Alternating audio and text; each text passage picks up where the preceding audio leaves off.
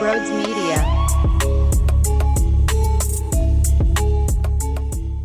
What is going on, everybody? Welcome on in to Sports Talk with Broads. The Flyers needed that win. The Chicago Blackhawks blow. You go to their town after a really bad loss, in my opinion, to the Devils, not because of the stage, more so because of where the standings were, and they needed to get 2 points. No matter how they did it, they needed to get 2 points. Wasn't my favorite third period to watch. Quite frankly, it wasn't my favorite first period to watch. Too many odd man rushes, too many 2-on-1s. Urson came up big with the huge glove there. Drysdale leaves his feet, toe drag, and that ended up netting one, and that tied the game up 1-1 after the Flyers originally took the lead.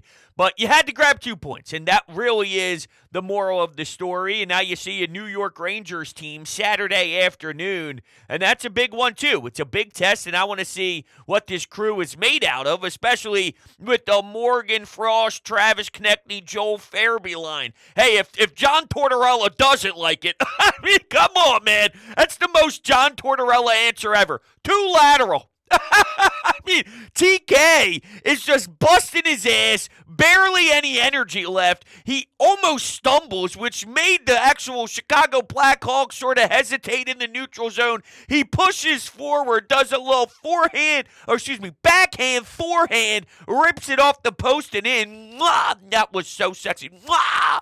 But, he's giving credit to the Noah Cates line, which is fine. Hathaway, Paling, they have a nice role. But the way that he backhands the greatness of that Frost line cracks me up. John Tortorella is one hell of a specimen. Now, what else is one hell of a specimen? It's Broads Media. We are on a mission to continue growing in every way possible, so if you are enjoying this mess, make sure to subscribe and leave a thumbs up. We have more content coming your way. Coffee with Broads is back, starting March 28th, which is opening day. Join the Broads Media membership here on YouTube for $4.99 a month, and you will have access to Coffee with Broads live streams every Monday and Thursday at 11 a.m. There's also a Broads Media Discord channel, too, that is currently active, where we will communicate live when games are going on, talking about all the action in real time. Nothing is changing with the current pods. It's just an added bonus if you want some more in your life. I'm looking forward to starting Coffee with Broads live streams again, March 28th. And make sure if you're interested, you grab your membership today down below. The information is all down in the description. Let's start off with how they grabbed the lead, right?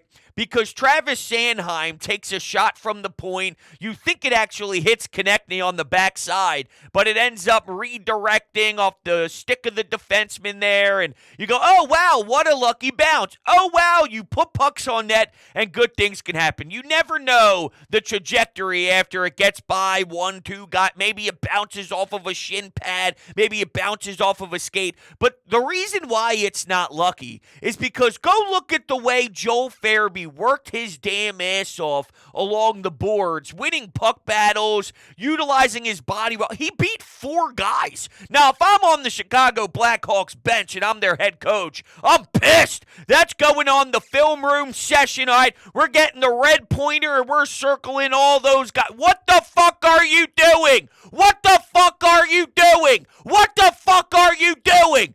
That's how I'm sort of breaking that puppy down. But in the moment, Joel Farabee winning the battle, getting the puck back to the top of the blue line. Now, a new wave came into the offensive zone, but you buy time, right? You have the puck on your stick. You secure the puck. You're buying time for some of your teammates to get into the zone, and that leveraged your opportunity to get Sanheim a rip on that, and then good things happen. So I don't label it unlucky or lucky, whichever team you're watching it from, right? Whatever perspective you're watching from. No, because you made that all happen by Joel Farabee and his greatness along the half wall. Love TK's individual performance, as I mentioned. And Tort said that when he was in Columbus, there was a man named Panarin. I'm not sure if you guys are aware of Panarin, but man, that guy's something, huh? And he just praised his ability to really make great things happen when you're tired. It's a back end of a shift. You're sitting there for 1:20. You're dying to get a change. You're really trying to get the puck out of your defensive zone just for a half a second. So maybe you can start waving someone on the back. Yo, I need help, man. I need to get off, right? And here's TK. Like, you think there's nothing happening. You got to make something out of nothing. That's what great players do in this league. And when you're tired and when your legs are hurting and when it feels like they weigh 1,000 pounds, you know what I would have done? I'll tell you what I would have done for free. I would have hit the red line. I would have chipped it in, and my ass would have been back to the bench. No doubt about it. But he sees a lane, and he saw really a great angle. There was plenty of space for him to do what he needed to do and ripped it right off the post. The guy's electric. I mean, it's just that simple. He's electric. And Tortorella sort of gave Travis Konechny that type of love that, Panarin was able to do it, and he's one of the best at it. And he feels that Travis Konechny has that in his bag of tricks too, which just keep adding it. It's one thing after the next, right? TK just keeps going and going and going and going, getting better and better and better and better. And now my man can thrive when he barely has any energy in there, when he's exhausted. It's just amazing. And it's difference-making stuff that really does put you in a whole nother category of great player. And we're sort of watching that play out with Travis Konechny. Urson was great, man. Urson was absolutely great. The third was a lot of block shots. Every time I watch someone take a shot from the perimeter, or maybe it's just a one-on-one, and or the 2-on-2, or whatever. Let's say someone's trying to look for a far pad coming down the wall, and the Flyers are defending. Nick Seeler shin pads in the way. Or someone comes out of nowhere and slides full speed right into pass back door, and it breaks up the play. The puck goes in the corner, and now you kind of can establish a breakout or something along those lines. They're everywhere. They block so many damn shots. It's insane. It truly is. It is unbelievable how they do it. Block shots everywhere. Everywhere. Now, Bedard doesn't have much help. Poor dude's out there in a fishbowl trying his very best. Are you afraid of Foligno? Like, who are you afraid of with the Chicago Blackhawks? They stink. They stink. But you had a job to do facing this very atrocious team, and that's get back on the winning track. That's find a way to get back in good spirits. Play the Squirtle saxophone in the locker room. Start dancing around. Whatever, right? Just have a good time in the room. That's the biggest thing that I miss about the damn game. Sometimes I envision myself coming around the net and trying to make an outlet pass or whatever, right? It's like, I miss those times. You know what I miss? The dressing room. The boys having fun, man. Cold ones. Whatever it is, after a big-time W. In college, you get a series weekend sweep on the road. You come home, and you go after it, and you get after it with the boys and have a night out. Like, let's have some fun again. The good vibes to feel. And you get off the schneid after a pretty disappointing outdoor game and a big loss in the standings. 2 thumbs up for the crew to just feel good about themselves again in a trap game scenario. So, Tortorella was pretty much pressing that button for a while now, and he's like, I'm afraid of that squad. I'm afraid of that team. I'm afraid of that scheduling, right? And they answered. The coach made it pretty clear, and they answered. Sure, the third period wasn't pleasant. It wasn't the sexiest game in the world. If you're a very common Flyers fan and that's the game that you tune into, yeah, I'm sure you're not like, wow, man, that was a masterpiece. But I don't need them all to be masterpieces. They're not all going to be masterpieces by any means. Trust me, okay? So that's definitely not something that I'm worried about. I never figured against this team that it would be, right? You could make the argument, hey, they are so bad. Why can't they just go out there, wax their opponent, win 6-1, tic-tac-toe, maybe 2 power play goals, something that looks special, and say, whoa, why can't you do that? Well, because sometimes it just doesn't happen that way, right? The Chicago Blackhawks don't have a lot of pop. You have to manufacture that pop, and they did. And whether that's Travis Konechny and his individual effort that helped inspire the fellas, they take the original 1-0 lead, and for the 2-on-1s to happen so quickly, and I even remember coming after the break, they were obviously disappointed in their first period, right? And I'd imagine, I know I wasn't in the room, but I'd imagine that John Tortorella in the locker room said, clean it up. We cannot allow odd man rushes. I know this team isn't very good, but they're good enough on 2-on-1s to bury if you give them 7, 8, 9, 10 2-on-1s. And to start the first couple shifts there in the second period, it happened again. I'm like, dude, Torts has to be losing his damn mind on the bench right now because this team will make you pay, unfortunately, if you do it enough, right? Now, the 2-on-1 that Drysdale left his feet and slid into the corner and tried to use his stick, I don't mind leaving your feet there. I really do. I don't mind leaving your feet there. I know it's a big discussion in the hockey world. Do you leave your feet? Do you not leave your feet?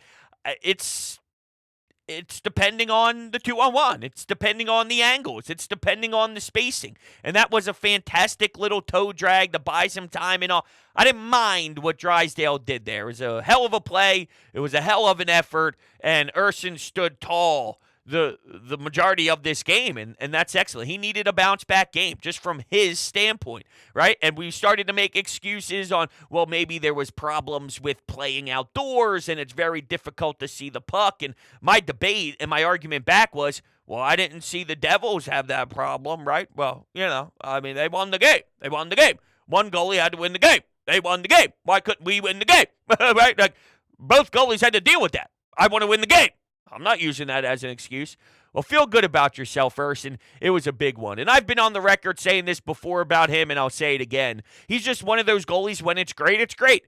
And in those ugly games, I feel his stats don't tell the full story. Because in losses, and I'm just going off the top of my head, I don't have the numbers in front of my face, but in the losses, I'm sure the numbers are extremely high for his goals against and maybe low in his save percentage. And then in the wins, very strong and up there with a lot of the good goalies. It's just when he's on, he's on. And when it's bad, it's bad. There's not very in between. And is that sustainable right now with this backstretch run? I guess the question becomes, do you trust this organization that puts value on him to be a number one goalie in the NHL? Because it is a big deal, and it is a difference if you are a true number one goalie in the National Hockey League. And consistency's the only thing here that's stopping him from doing it, because his top-end play is, yes, his top-end play on a night-to-night basis, when you take Urson's very best, he is absolutely a number one goalie.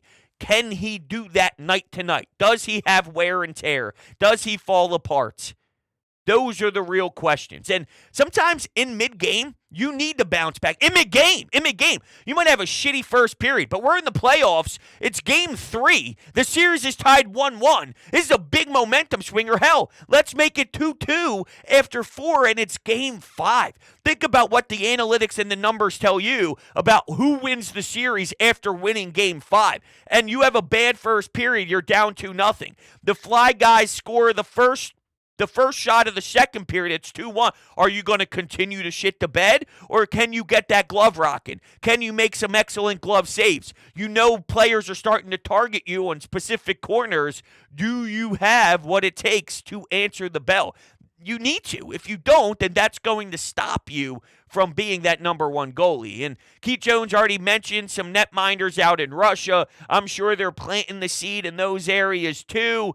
But, that's sort of my thought on the Urson experience. I do believe in his ceiling. It's just how consistent, how often, how frequent are we getting the top Urson?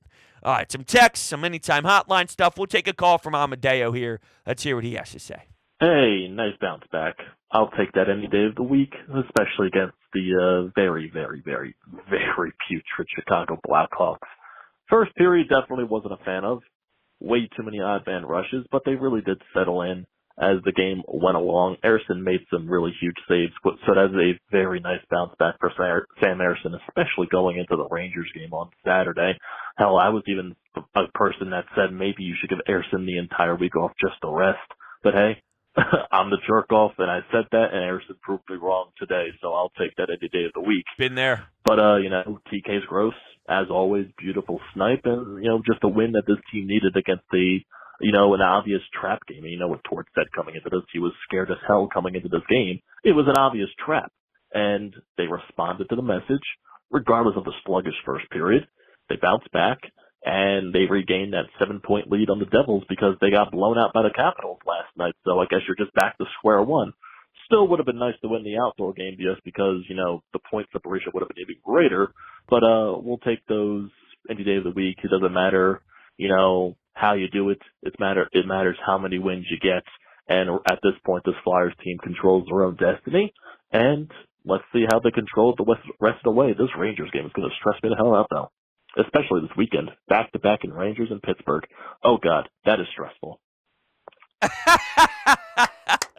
It's so true, especially how Flyers Twitter has been blasted over the last few days. And I got to be honest, I stepped aside from the whole Sean Walker thing. Apparently, and I just see Charlie O'Connor and some of these great beat reporters that are just essentially putting their hands in their face going, what are we doing here? Because there was a report that maybe the Flyers are trying to work with some contract stuff with Sean Walker. He sees himself at $5+ million-ish. The Flyers see him in that 4.5 range, and then everyone's getting their panties in a bunch because, well, the Flyers sold us that they were going to rebuild and they can't fall in love with anybody, and now they're talking numbers and this and that, and I'm not panicking yet. They didn't sign Sean Walker. There's a lot of leverage stuff in play here from a public perception. You leak things to the media so other teams are aware. Your eyebrows light up when you see reports like that and you're around the league.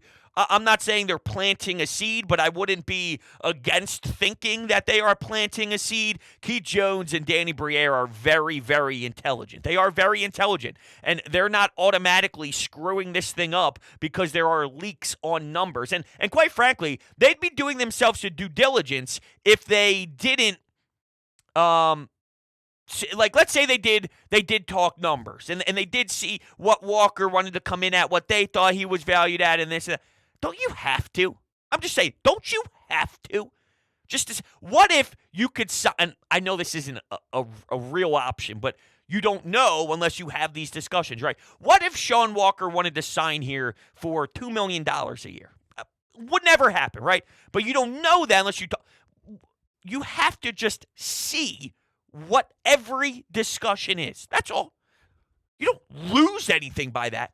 So if you could get a value of a player in this little rebuild of Sean Walker, who I don't think is this great every single season, so you better maximize the return you can get. Now, if the picks end up being, hey, a 4th rounder for Walker, a 3rd rounder, there's not that much value at the deadline. You can't just give him away for nothing. So if that is the case, are you prepared to maybe follow up with, hey, you're going to stay here, we're not getting the value that we see out there in the market, and we're not going to let you walk for free. We do think that it is worth you being in this room if we can't get the trade acquisition that we want. So what is the money? I'm just saying, do the research, do your homework. You'd be bad at your job if you did not get those numbers in your back pocket so you have everything covered, right? It's like, okay, if this happens, we have this. If this happens, we have that. If this happens, we have this. It's called being prepared. So having this information, I don't think is outrageous. I think the reaction to it was outrageous because they didn't sign Sean Walker. I don't want Sean Walker signed here, okay? I don't.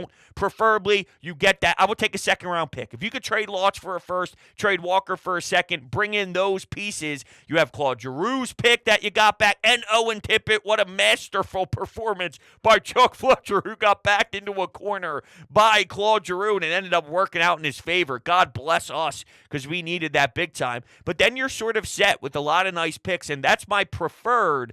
But let's see what happens before we hit the panic button. If they end up doing that, then by all means, I'll probably rip them. I don't think it's leaning that way, though. I truly don't think it's leaning in that direction just because there was some speculation on what did the conversation mean? Why are they even talking numbers? Pump the brakes. That's all. Pump the brakes. What you don't need to pump your brakes on is HelloFresh. What is HelloFresh? Well, let me tell you. It's farm-fresh, pre-portioned ingredients and seasonal recipes that get delivered right to your doorstep. So you skip trips to the grocery store, and HelloFresh makes home cooking easy, fun, and affordable. That's why HelloFresh is America's #1 meal kit. Don't let recipe boredom strike because HelloFresh has more options than ever before. Dig into the biggest menu yet with over 45 dinner recipes to choose from weekly and even more market add-on items that suit any lifestyle. They say breakfast is the most important meal of the day. Listen to this right now. And HelloFresh agrees. In fact, they're giving all subscribers free breakfast for life. That means you'll enjoy a totally free breakfast item with every single HelloFresh delivery. Now that's worth waking up early for. Go to HelloFresh.com/BroadsFree and use code BroadsFree for free breakfast for life. One breakfast item per box while your subscription is active. That's free breakfast for life at HelloFresh.com/BroadsFree with code BroadsFree. HelloFresh is America's #1 meal kit. All right, make sure you check their information down below in the description. A couple text messages here and says, the Noah Cates line looked good. Are your expectations changing for him, though? I thought we had something more in Noah Cates. What, if you say by the end of this, Noah Cates fits the mold of a different style of players, but just more in regards to bottom six, more fourth line-ish, Paling vibe, Hathaway vibe, would that be disappointing based off of the 13 goals last year? Remember, he was a fifth-round pick, so when you think of fifth-round pick expectations, where does that normally align? Yeah, I mean, I'd be lying to you if I said I expected him to be a fourth liner, right? And I know his game is very 200-foot based. It's very defensive minded. Maybe not the best scorer in the world, but what I envision him in his best days, right? And he's 24 years old, 24, 23, 25. He's in that range. He's coming off of a big-time injury this year, too, and working his way back mid-season. So this might not be the end goal. This might just be where he is now due to particular circumstances, and there's plenty of room for this. And maybe I'm being too intense here, but the best Noah Cates could be, I thought, could he be somewhere you could flirt around your top 9, whether it's third line, second line, but someone that could be a very solid complementary piece to stud wingers. You got goal scorers and guys who are very offensive-minded, and Noah Cates can really help be a third guy high, let others pursue, let others be aggressive on the puck, go in there and forecheck, and Noah Cates is properly where he needs to be to make sure, hey, I'll help out. Defense pinch along the wall. He's now the high guy, and he's at the top of the blue line, making sure that no one could chip the puck out and have an odd man rush the other way. Very detailed structure game, and then others work accordingly off that and can really apply some pressure offensively and take calculated risks. And if he does that very well, sort of a Sean Couturier 2.0, right? I'm not putting the expectation to him being Coots. Coots is a damn good player. He's up there as a top #1 C. I'm not saying Noah Cates is there, but a Noah Cates could be a Sean Couturier light. That's what I think his best could be. And if his bottom is a fourth liner who can give you legitimate minutes, not get scored on. Sometimes with your fourth line, you just don't want to get scored on, right? It's not just about the goons, about the fourth line guys that are willing to drop the mitts and all. It's, hey, give us a good hard 45 seconds here, get our first line some rest, and don't break down defensively. And if that's